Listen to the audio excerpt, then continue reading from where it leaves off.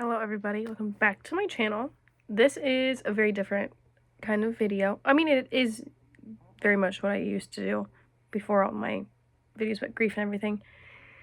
This is also very different than my Menendez Brothers update video, because I actually filmed that video like a couple weeks after that whole like update happened on that, which I do have another update about that maybe I should do a video on. But this update video is coming, sorry, I'm like bumping right into you guys. This update video is coming quite literally the day after everything happened. If you have been following the Delphi girl murders recently, you'd have known that his trial started a few weeks ago, maybe about a month and a half ago. I'm not entirely sure. All I remember is seeing that it started. And I've been seeing constantly from like Court TV, which is, I watch Court TV for certain cases. I watched for the Johnny Depp Amber Heard case. But I've been putting off watching anything about the trial because this case just gets me. I've seen some things about how the girls were found, how absolutely disgusting it is to know how they were found, to know that they were found, one was found wearing the other one's clothes. That is absolutely, like, it's so sad knowing that they died with each other, not knowing that they were going to die with each other that day. But after almost 8 years of not knowing what happened to Abby and Libby, yesterday, November 11th, Veterans Day, after 3 days of deliberations, I am literally reading this off of CBS News because I was like, oh my god. After more than, I think it was 3 or 4 days of deliberation, an Indiana jury has convicted Richard Allen in the murders of Abby and Libby. But with this case with this trial, I should say, came a lot of like people questioning a lot of the evidence. I saw a lot of people questioning the sketch and how the sketch didn't look like him. And I think I mentioned in my Delphi murders video, it's not necessarily that he doesn't really identically match the sketch. This man was saying the most sketchiest shit ever after the murders. Looked at a poster and was like, yo, that's the guy that killed him. But an Indianapolis defense attorney, who was not at all connected to the case, named John Tompkins, said that he was kind of stunned by the outcome of it, and this is what he had to say about it. I thought there was a fair amount of questionable evidence, and there were some significant weaknesses in the state's case.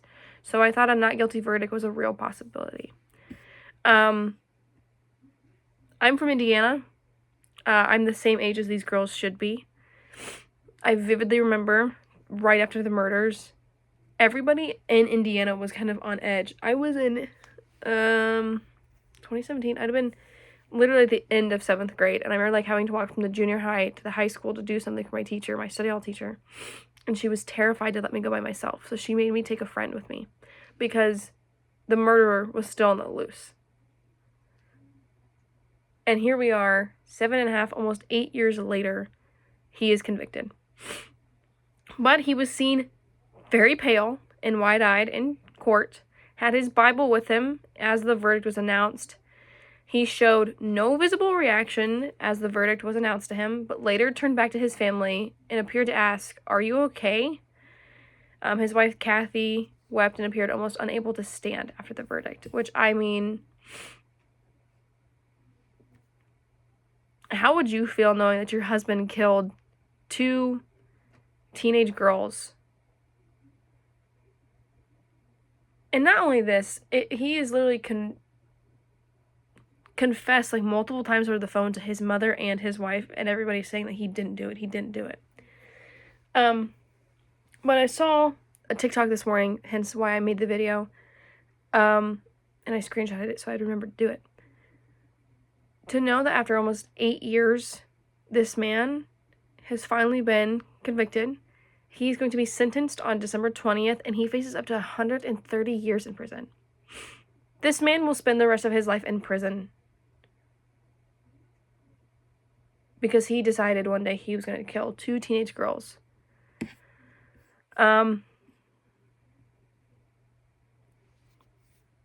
Basically, the case had all the evidence that we saw.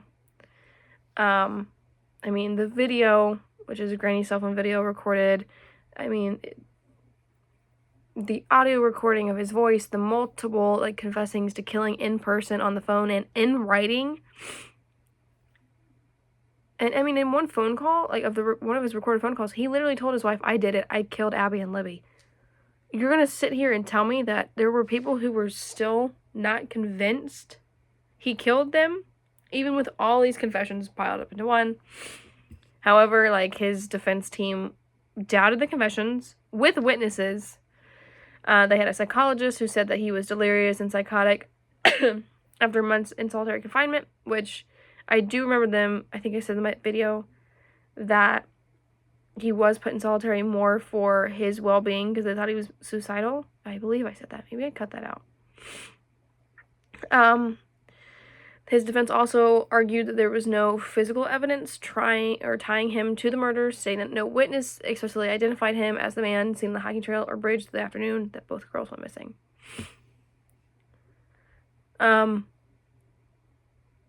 But, like Tompkins said, it was the words that came out of his mouth himself, whether they were going to come out guilty or not guilty, was based on what he was going to say. After almost 8 years, Abby and Libby finally have justice, and there are still people who are saying that he didn't do it. Just like there are still people who are saying that that guy who killed the Idaho 4 didn't kill them, that it was a teacher, or it was this other person, or it was this person. There was enough questionable evidence to make the jurors probably go, maybe it's not him, but there was obviously enough evidence to prove that it was him.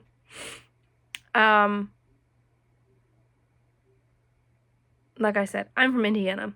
I am honestly shocked he got a fair trial in Indiana.